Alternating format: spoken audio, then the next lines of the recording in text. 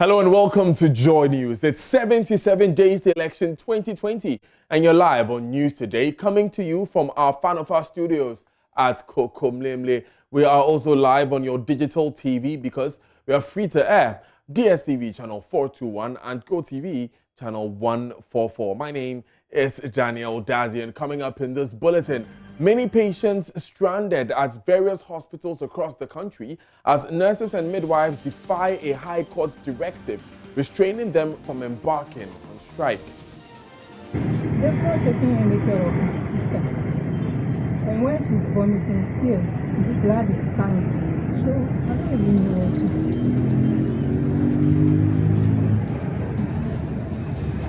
They're telling us they are upset, so I don't know whether they should let us go. I don't know. We take you live to some of the affected hospitals to get a sense of the impact of the strike. Also, Tamale Accra Road risks being flooded as floods in northern Ghana spill over towards the southern sector, with many communities in the Savannah region submerged due to the continuous heavy downpour. The northern and the Savannah region is a mood of fear. People are very, very concerned that more rain will mean more damage. And General Overseer of the Perez Chapel International, Bishop Charles Ajin Asare, has been speaking to Joy News, and he's mounted a strong defense of his national transformation agenda, insisting it's not an agenda to change regimes. People from all walks of life, you know, and some even had to, after my second week, some came to me and said, Bishop, you see, you have to beef up your security.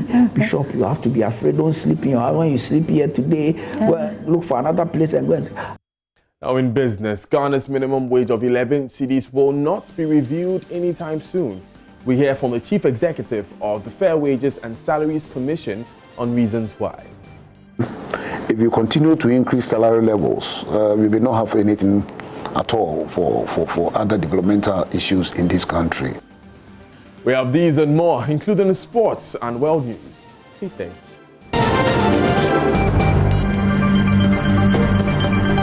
Now, in our first story, nurses and midwives in Koforidua have defied a High Court order restraining them from embarking on an industrial action. All the nurses had left post at the time of Joy News' visit to the Eastern Regional Hospital. Correspondent Maxwell Kudako joins us with more. Hi, Maxwell. Describe for us the situation at the Eastern Regional Hospital.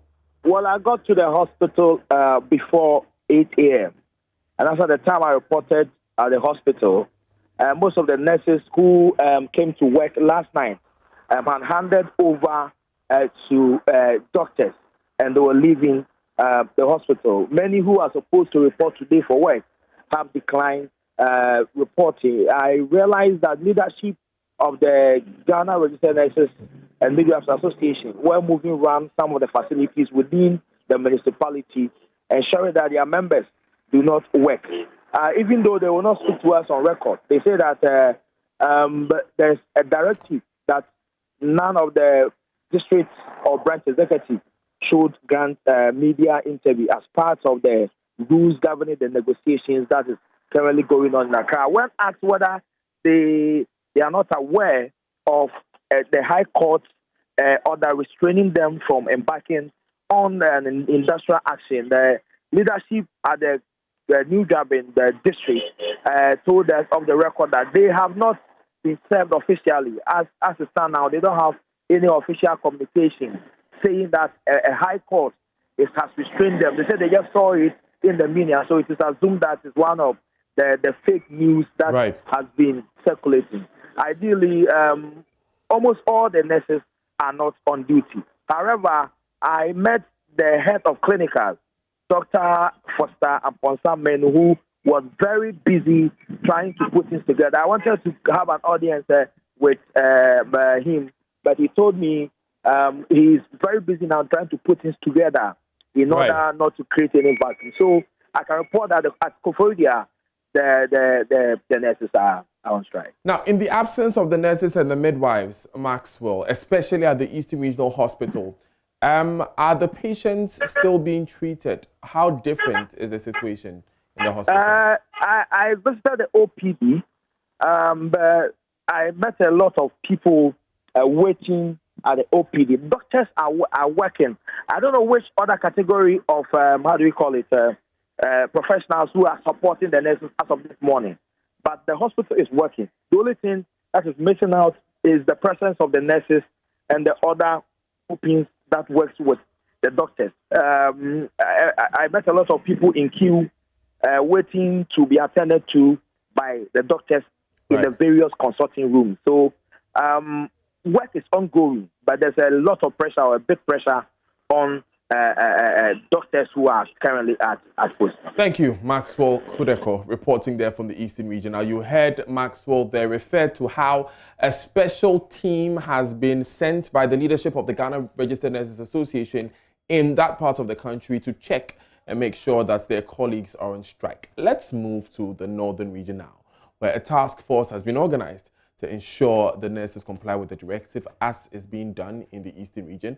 Several patients who have traveled from far and near are stranded, waiting and hoping some magic happens. Here are some of the stranded patients and nurses speaking to Joy News. We are here just to ensure that our members comply with the directives given to us from the national level. And it is just simple. So you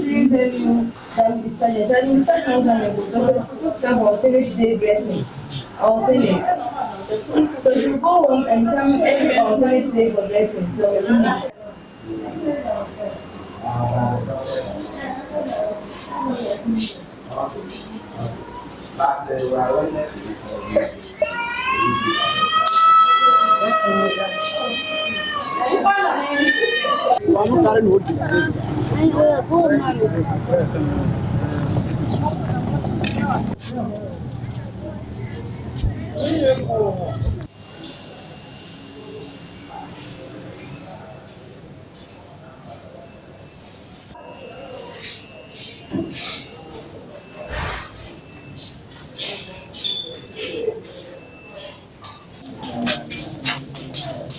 They have collected the paper from there around 8 up to the data has not yet.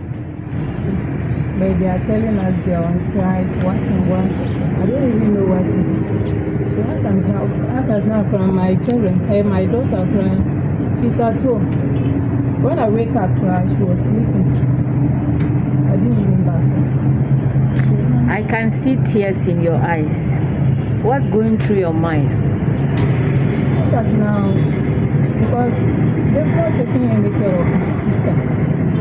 And when she's vomiting still, the blood is coming. So I don't even know what to do.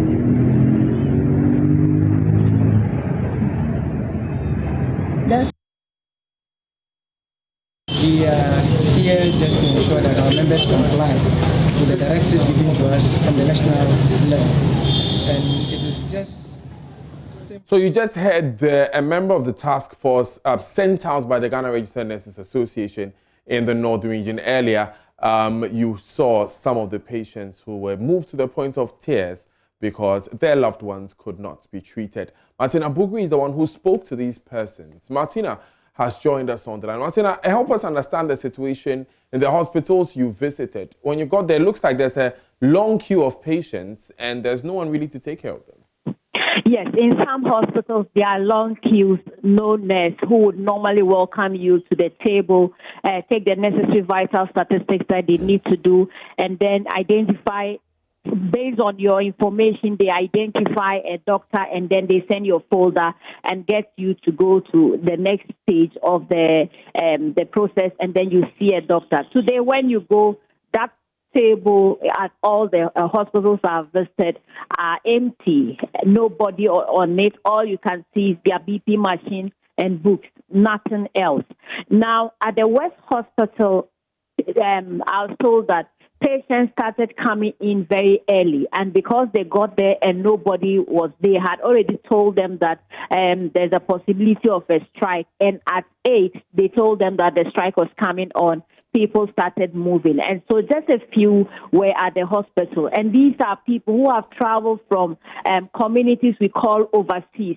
Some came from Languisi, that's in the Daboya Mankaragu district. And this man says that he's been having some pain in the body after he received some injections, and that is really having an effect on him. So he came in today to see if he could see a doctor. But as it stands now, it doesn't look like he would be attended to. I also met a lady there who says that she brought the sister there who is highly pregnant, and she's been vomiting with blood in it. Her case is more serious because she's already pregnant, which is already a risk, and then there is additional sickness. And so she was in tears. You know, I asked her what was running through her head. She said she doesn't know what will happen to her sister next because she's still not attended to. And so it's a dire situation in the Tamale metropolis. Right. Those who are inside the wards, it doesn't look like they would be there in a longer time now, because once the nurses are not there, the doctors likely will not be able to work. Martina Bogi, thank you very much for that update to the Northeast region. Ilyasu Tanko is standing by. Ilyasu, which hospitals have you visited and what's the situation there? Well, Daniel, I am currently at the Wale Wale Government Hospital.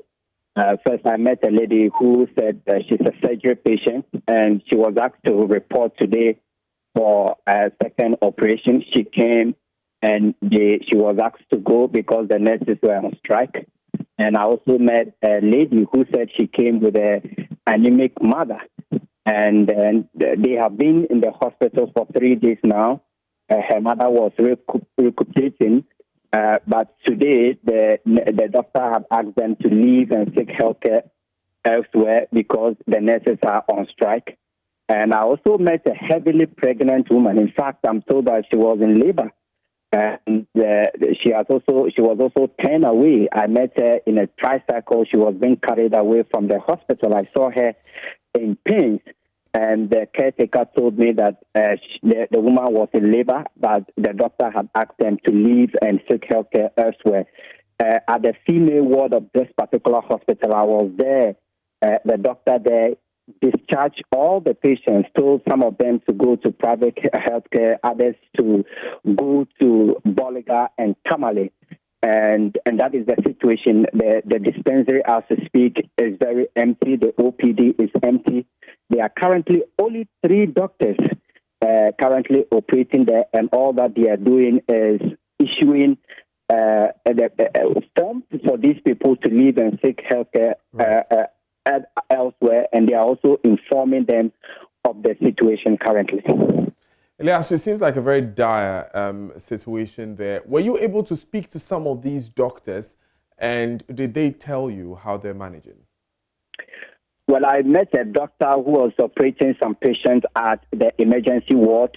I'm told he's also the superintendent of the hospital, and he told me that the situation is very difficult for them, but like I could see him, they are trying to ensure that those that are currently at the hospital or on admission, some of them, they will be able to attend to them. And he also said that they are hoping that very soon the nurses will resolve their issue with stakeholders and come back. If not, they will be forced to discharge all category of patients in the hospital. Ilyasu Tanko, thank you very much for joining us. Let's move from health, and reports reaching Joy News indicates that the floods in northern Ghana are gradually spilling over into the southern sector. According to Joy News' Kojo Yankson, the Accra-Tamale Road risks being heavily flooded among other communities in the Savannah region should there be heavy rains anytime soon. Here's his account of the current situation in the north. Mood in these 4 regions up north, the upper east, the northeast, the northern and the Savannah region, is a mood of fear. People are very, very concerned that more rain will mean more damage. The flood water is moving further south, so it has already wreaked havoc in the northeast, in the upper east, and the northern regions. It is now moving into the Savannah region, where communities like Daboya, like Intereso, and Yape are seeing the rise of the level of the white voter. Now, in Yape, this is where the greatest danger is being anticipated. The water has risen to the level of the legendary, iconic Yape Bridge. This is a bridge that stands on pillars that are about 30, 40 feet high. The water has risen from the river all the way up 30, 40 feet, almost to the level of the road, of the bridge. Now, if we have more rain in the coming days, that bridge will be submerged. And with it, the road from Accra to Tamale will be cut off. The Up to Us campaign is being spearheaded by the Super Morning Show and Joy FM as a whole, with great support from EcoBank. Now, we came into several communities in the northern region. We went to a place called Nawumi, where the members of the community have been moved out of their homes into a school. So this is now their temporary residence. There is no toilet facility. The rooms are very hot, and they are sleeping on the bare floor. So we've realized that there is a need for things like mattresses. There's a need for food because everybody has lost their livelihood with the floods. The fishermen, the farmers, they've lost their farms, they've lost their nets. So they can't feed themselves or their families. So they need food, they need mattresses, they need clothes. I met a woman who has been wearing the same clothes for a week because she lost everything else. So these are the things that are most needed. There are also communities like Afaire, where the people have been surrounded now by water. The entire community is now an island where people could walk or drive into the community. Now they are cut off from the rest of the world. And they are concerned because there are no boats. They are currently borrowing a fisherman's boat. So when he is working out on the water, they cannot enter or leave the community. So there is a need for aid to come to them in the form of transportation, whether it's a boat, whether it's some means of getting from their community into the rest of civilization. These are the things that are so badly needed. And all the money being raised by the Up to You campaign with EcoBank is going towards that. So again, we call on people to come to the aid of these people because if they are waiting for the state to step in, it might be too late. I've got to tell you now, every time the wind starts to blow a little bit and the color of the sky changes, everybody gets nervous. In the fishing communities, they have actually now designated those who can go out into the water and those who cannot, because they believe that the weather can change so quickly. If there is an inexperienced person in a boat, they might drown. Okay, so everybody is taking precautions to protect themselves from the potential danger of further rain. I went into the Upper East region yesterday and I spoke to some farmers in Kualidu. Now they've lost everything, everything. Now if you think about it, Charles, farmers usually gain a livelihood once or twice a year when they harvest. They have just lost their harvest. So it's pretty much like somebody who works for a living being told that they have lost their salary for a year. That's the situation they are faced with. A farmer told me that he dreads going home because all he sees around him are bills. His wife and children, they need things that he can now no longer pay for because of the rain. Okay, so these are the things that they are calling for. They are saying that they want the state to bring them corn, beans, rice, oil, things that they can use to survive and feed their children. And it is ironic, Charles, that a corn farmer is asking the government to give him corn. That is how low this flood has sunk him and his colleagues.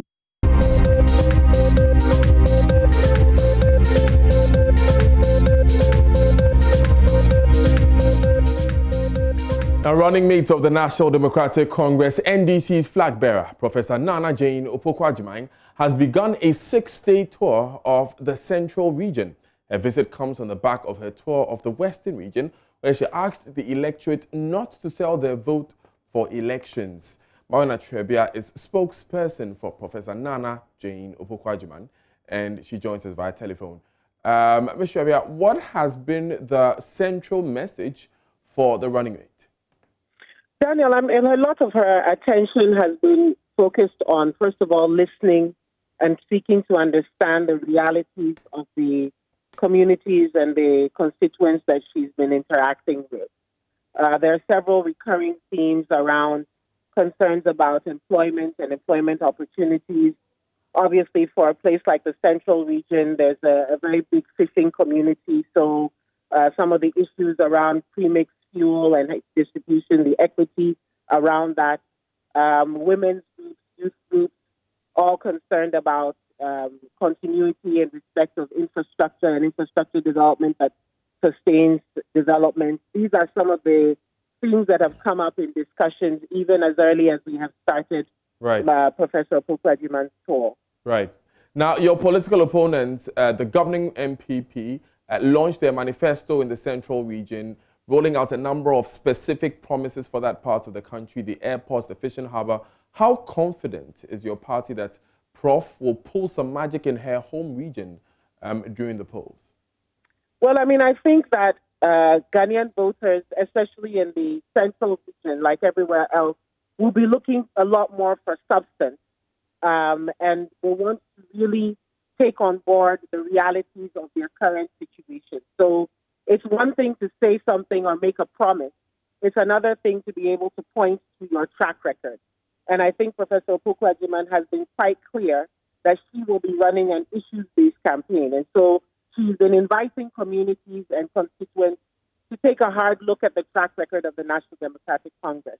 It's not about political rhetoric. It's not about a culture of insults, which often characterizes our political conversations. It's more about what the substance is of what you've delivered. And I think that we are very confident, given the track record of the NDC, that certainly in her own region, she'll be able to articulate some of the successes the NDC has enjoyed and really apply it to what the People's Manifesto is proposing to do to get the country back on track. So we remain very confident about the things that are being articulated and, of course, the enthusiasm and excitement with which she's received because she is focused on the issue.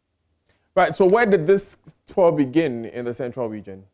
Well, we started out in Cape Coast North. We've had the opportunity to have Prof interact using the virtual medium of radio. So she did a radio interview this morning.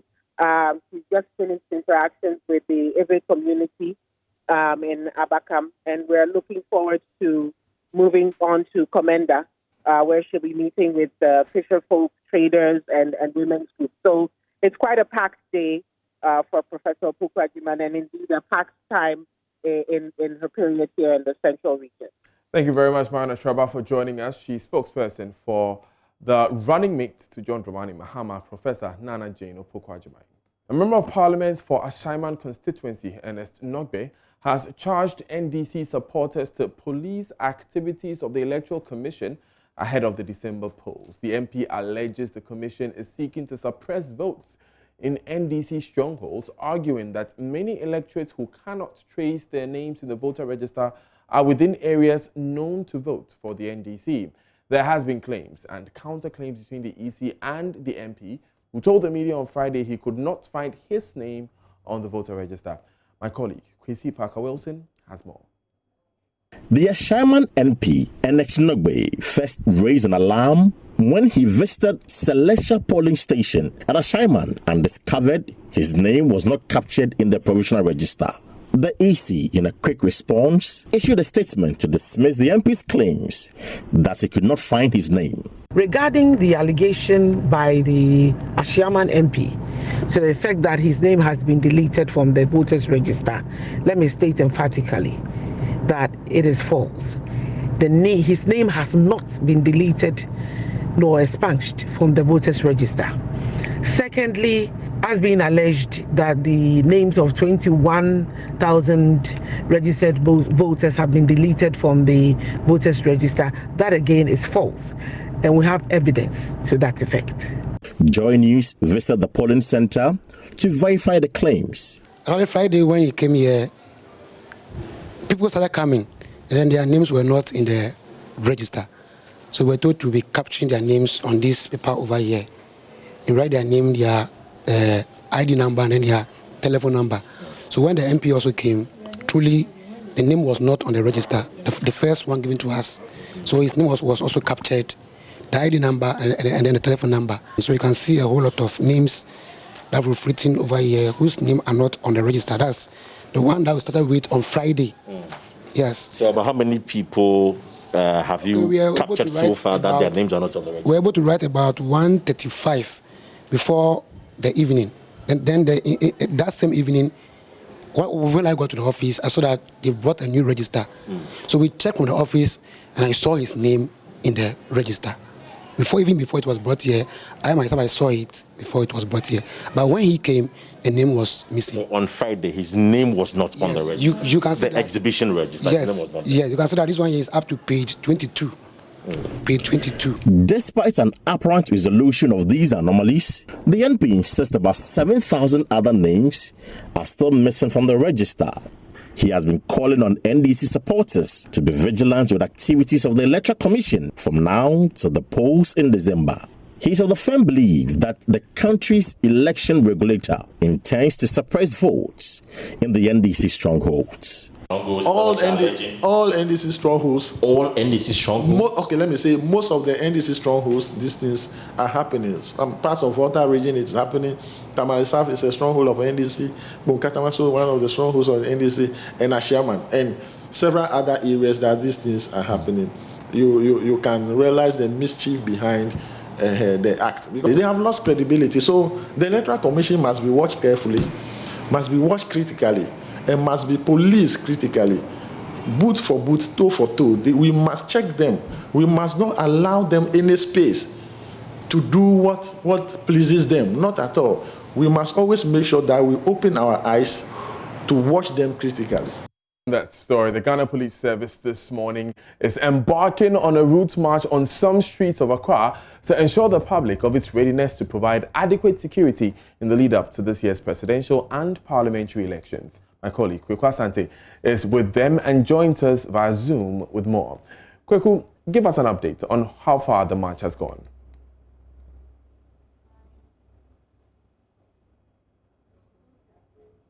Around 7 in the morning. So the march started from the police headquarters here in Accra. They moved through the principal streets of Accra, through Nima, Mamubi. They went all the way to the Accra Central Business District of Accra, and then came back to the police headquarters to wrap up. And that's where the Director General of the Ghana Police Service in charge of operations has been explaining that the Ghana Police Service is very much equipped and very much well prepared to be able to partner the Electoral Commission and other bodies to deliver free, fair, and peaceful general elections that is going to elect members of parliament and then the president as well. The Director General of Police in charge of operations, as I mentioned, has been saying that policemen should desist from engaging in acts that will impugn the name of the police, and that they are very much ready and prepared to deliver peace to both political parties, and that they are not going to bias against any or for any. Daniel. Kweku, what more can you report? Well, so the police is saying that they are going to try to replicate this in all regional capitals, and then 14 days to the general election to do the same thing in Accra. But as it were, today for the route march, the police displayed very heavy armed personnel, dogs and other trained personnel that they very much prepared for the general elections that is coming up. So the police is saying that if there's anybody that is preparing to foment trouble in the upcoming general elections, then they must rethink that, because they're very much prepared to calm down on all such things. Daniel. Kweku, thank you very much for that update. You're still live on your election headquarters.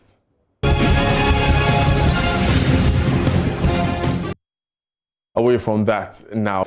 Now, founder of the Perez Chapel International, Bishop Charles Agyinasare, says his comments about Ghana's governance system are aimed towards national transformation.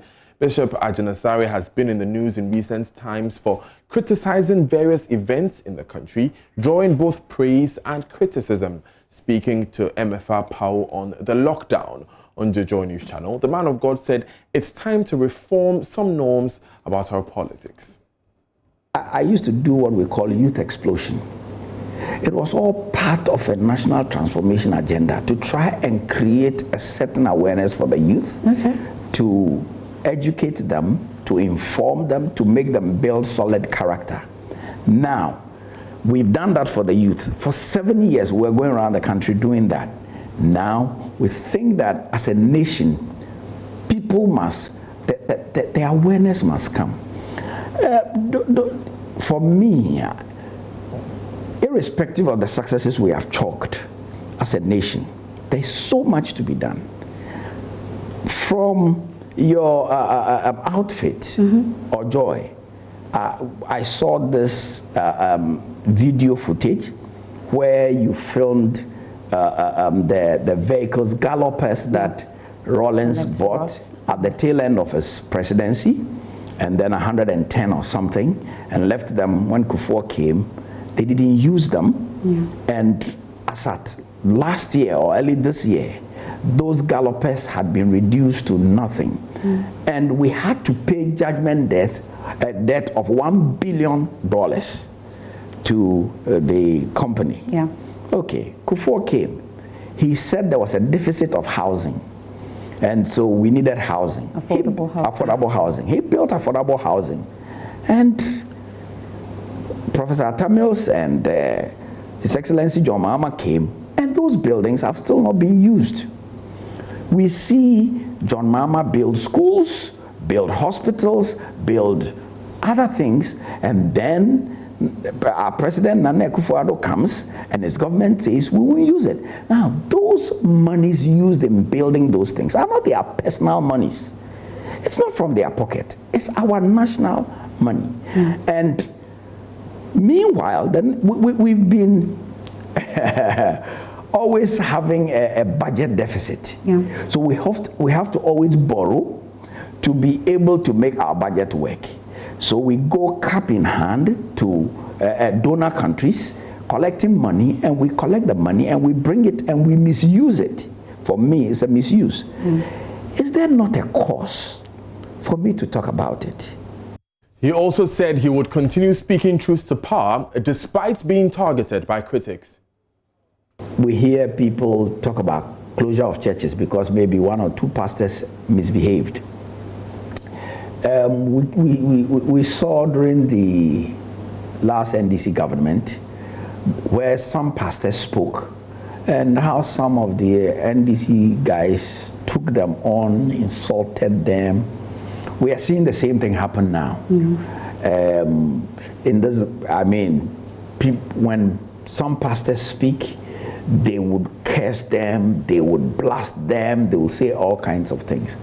I think that we must come to a place as a people where we know that as pastors, we are also allowed to speak on national issues. This is our country. We have nowhere else to go. So if there's something going wrong, we should be able to talk about it. And when I talk about it and you disagree with me, state your disagreement. Don't insult me, because I won't insult you. And so when people begin to insult pastors and go on social media and use all kinds of words, then pastors are being targeted. And so I would say that pastors are being targeted. Yes. Okay. Well, but do you personally feel targeted? I'm sure you've mentioned that you shouldn't insult when... Yes. When I started speaking, I mean, people from all walks of life. You know, and some even had to, after my second week, some came to me and said, Bishop, you see, you have to beef up your security. Bishop, you have to be afraid, don't sleep in your house. When you sleep here today, well, look for another place and go and sleep. I said, I'm not going to sleep anywhere. I'll sleep in my house. I'm not going to beef any security. Have you received any threats? People have said things to the extent of even saying that they should close this church down, and other churches, you know, especially charismatic churches, and those are threats, you know. Can a man close down a church that was built by God? That's what some think they can do, but you see, what happens is that when people start saying things, for us pastors, integrity and credibility matters a lot. For other professions, you can succeed. They normally say that you don't need to have character to deliver for other professions. For our profession, you need character to deliver. If you go to 1 Timothy chapter 3, where it talks about the qualifications of a man of God, it states it there categorically. You can't be immoral, you can't be drunken, you can't quarrel, you can't fight, you can't be misbehaving. So for us, character matters. So if people will accuse you without proof, if people can mudsling you like they did, they mudsling me, they mudslung me, and but we are here. And you're still live on Joy News today with me, Daniel Daze. Up next is business.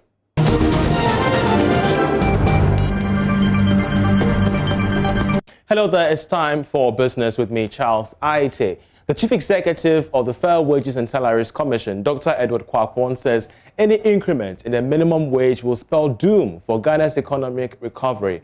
There are concerns that the recent minimum wage of 11 cedis is outrageously low. But speaking to Joy Business, Edward Kwakwon revealed that any upward review would be subject to Ghana's economic recovery from COVID-19. Generally, it's been agreed that levels are low in this country, and we all worry about that. But then how do you increase salary levels? As I speak, the latest figures that I know indicate that 65% of domestic revenue goes into compensation of public servants.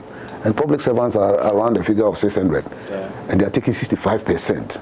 So nothing for goods and services, or sorry, not nothing, but the remainder for goods and services and capex, that is capital expenditure. So it makes it a tricky one. If you continue to increase salary levels, we will not have anything at all for other developmental issues in this country. And so we are careful, we advise government. Our role is to advise government, but we are careful not to push the figures or suggest figures that are very high. Okay. For instance, when we are determining the national daily minimum wage, the tripartite arrangement holds, and therefore employers are there, the government, who is the biggest employer, is also there, and organized labor is also there. But at times when we are trying to, raise the bar, then employers association will say that let us be careful, otherwise you crowd out some companies, because beyond a certain level they will not be able to survive, they will go under. And we are all interested in creating jobs. So if you make a move that will cause companies to collapse or go under, then people are going to lose jobs. And when people don't have jobs, then the devil will find but there seems to be some imbalance when it comes to this argument, because each and every year economists will say we are not matching the salaries to the outputs of most of these workers. We keep thinking about salary increments, but we do not really have a hold on the productivity of most workers, especially within the public sector. I was coming to productivity. We don't have a nationwide productivity measurement system. We try to do that through performance management, performance appraisal, yes. But then we don't link the appraisal results to reward, So everybody is like a socialist system. Everybody gets the normal increment. So as we speak, we have initiated the process of piloting performance management in about 50 institutions. And at the end of the day, we'll pick the results, analyze the results, and reward based on your performance. So the high flyers will be recognized. And let me be quick to say this. The model that we are looking at the end of the year, if government decides to set aside so much, say 10% of GDP or whatever, for, reward. And the full interview airs on the Marketplace at 1 p.m. You may want to stay tuned for that. Now, beverage firm Casapreco is optimistic of creating over 300 jobs amid COVID-19 as government injects $28 million in tax waivers to birth the new factory in Kumasi. Managing Director Reggie Dejay says the government's $28 million tax waiver would help create jobs and, of course, expand infrastructure within the Ashanti region. One district, one factory program that the government put in place that encouraged us to put up this factory here in Tanoso. We certainly believe that without the government support, entrepreneurs and the private industry cannot grow as fast as we want to. So with the incentives, I believe that it has really helped us a lot to build this factory. We got incentives to waive our duties for the machines, machines worth over $10 million. We got a lot of duties as well for the raw materials. Total duties waiver and taxes that we got was about $28 million for 5 years. And we believe that this certainly would help the factory break even faster. And once we break even, we are certainly going to expand more. Some of the other incentives that we are still working on with the government, and we believe that it will come to fruition. It's some of the some of the government, the 1D1 district is also promising to pay part of the interest from the loans that we've used for this factory. So we got a loan of about $25 million from Stanbic. And part of the interest, the government is also willing to support, pay the interest. And all these are certainly good for not only the company, but also for consumers. Certainly makes the product much more cheaper. That's it by way of business. We're coming to you at 1 p.m. on the Marketplace. Sports is up next. Thanks for staying with us on this holiday edition of Joy News Today. Let's do some sport now, and the Ghana Football Association will be in focus in a bit. But let's talk some boxing first. And yesterday marked exactly 45 years since David Kote, also known as DK Poison, won the WBC featherweight title, which was Ghana's first ever global silverware in any sport. Well, 45 years on, he is still bugged with a loan that he advanced to government for humanitarian purposes years ago. This is yet to be paid to him, and many people are joining and adding their voices to the advocacy for this to be paid to him. One of them is Ni Okainunu, who is a consultant to the Bukom Boxing Arena. I don't know why I have this feeling that President Nana Addo is going to pay this money. Not just because of the fact that he himself is a great boxing fan, but also because of the fact that he is somebody who is willing to set things right, and he would like to get this done with. The guy is in his old age. You want us to build a statue for him when he's gone? And this is not something you want to give him because you think he deserves it. This is something we owe him. And if everything shows that we owe him that money, let us give it to him. There are people who do less and we give them all sorts of awards which are worth more than that. This is something the guy owes. If you ask me, they should even add interest to it and give it to him. $45,000. Oh, please, Ghana. I saw it in Wikipedia and I was like, this is not cool, not at all. It's in Wikipedia that he used his purse, part of his purse or whatever, was used to purchase mackerel for the country, and he's not been paid back. And I don't think that's something we should have against our name as a nation. We rather should honor our heroes, not leave them in debt, which is the worst thing we can do to them. Well, let's do some football now. The Ghana Football Association and the State Transport Company, STC, have signed a memorandum of understanding to kickstart the program of transporting match officials for the upcoming season. Now, the MOU will run for 3 months, within which a contract will be drafted and signed by the two entities for the next 3 football seasons. July, the GFA announced that it has reached an agreement with Intercity Coaches Limited, Ghana's national carrier, to support match officials in 3 flagship competitions of the GFA. The MOU between the two parties was officially signed on Friday. The agreement is expected to run for 3 months, within which a period a contract will be drafted and signed by the two entities for the next 3 football seasons. President Kurt Okreku witnessed the signing on behalf of the Federation, whilst the Secretary General Prosper Harrison Addo signed for the GFA. Referees manager Alex Kote, Greater Accra Football Regional Association Chairman Samuel Abuabri, Director of Marketing Jamil Marabi, and Director of Communications Henry Asante-Chum accompanied the President to the signing ceremony. Referees manager Alex Kote believes the agreement between the two parties is one that would ensure that officiating in the Ghana Premier League is massively improved. Well, we apologize for the inaudible sound. We'll bring you that story and others later on when I bring you sports today at 2 p.m. In the meantime, Joy News Today continues with some foreign news and, around the world. Detained Ethiopian media mogul has turned an opposition politician, and he is been charged with terrorism. There's more and there's detail coming up in world news right here on Joy News Today. My name is Nathaniel Atto, and I have love for sport.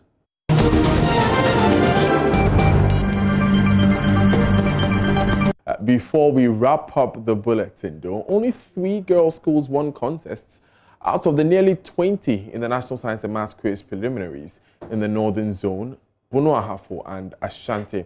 Our Lady of Mount Carmel SHS, St. Monica's SHS and Notre Dame SHS will join some 37 preliminary stage winners as well as 14 runners-up through to the 1/8 stage as expected, as expectations soar ahead of the next level. Joy News' PSC Nanaya Safo serves you with a recap of the prelims highlights in the following report.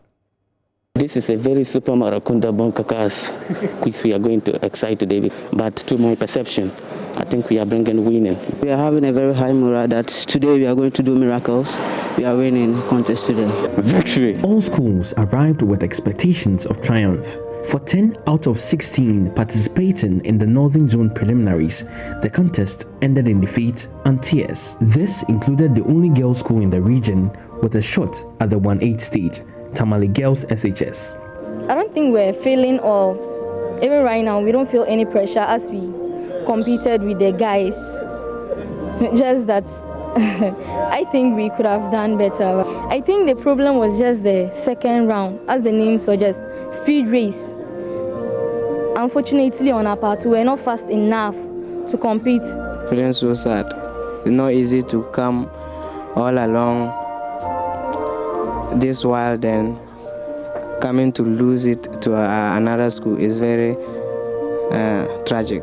A lot of things went wrong. For me, based on our communication, there was some poor connection between with the contestants. So connection. Yeah. What does that mean? The communication was very poor, so we could not extract the data. I'm feeling so bitter. Zabzugu Senior High School, St. Francis Xavier Junior Seminary, St. Charles Minor Seminary, Bogatanga SHS, Navrungo SHS, and the Northern School of Business grabbed the titles of various contests, securing their places in the 1/8 stage of the competition. Yes, I'm the head of the science department. My name is Samuel Yato Albin. And then these are my boys, and then my colleague teacher Emmanuel. We've been preparing them, and there is a verse in our anthem that we were crippled, but we are now strong like Sundiata. Continue to rise up to the sky, and we've been there before. We've gone up to the 1/8 stage. This time we are targeting the finals, and by God's grace we'll get there. Being on that stage is really hell. When, especially the first round, when we're just like hell indeed. Wow. But you have to come together, you know. It's just a simple prayer. Just you ask God to just give you the strength and the confidence. And then when the questions were coming, we calmed down and then we took it up. Yeah. The Blue Zone saw a turn of luck for the girls' schools as both Our Lady of Mount Carmel SHS and Notre Dame girls won their slots. The Lord that has given us the strength to reach here and win the contest will surely help us to make it by the grace of God.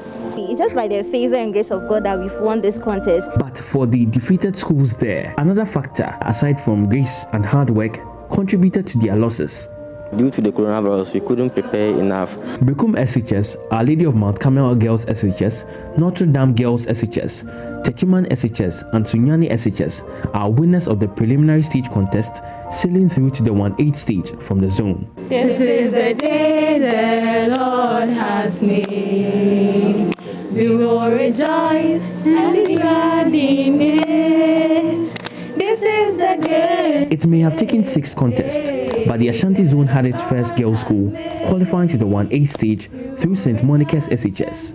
They are joined by Fuakobi and Pem girls, who lost to St. Hubert Seminary SHS in the 4th contest, yet make it to the next stage as part of 14 best runners-up.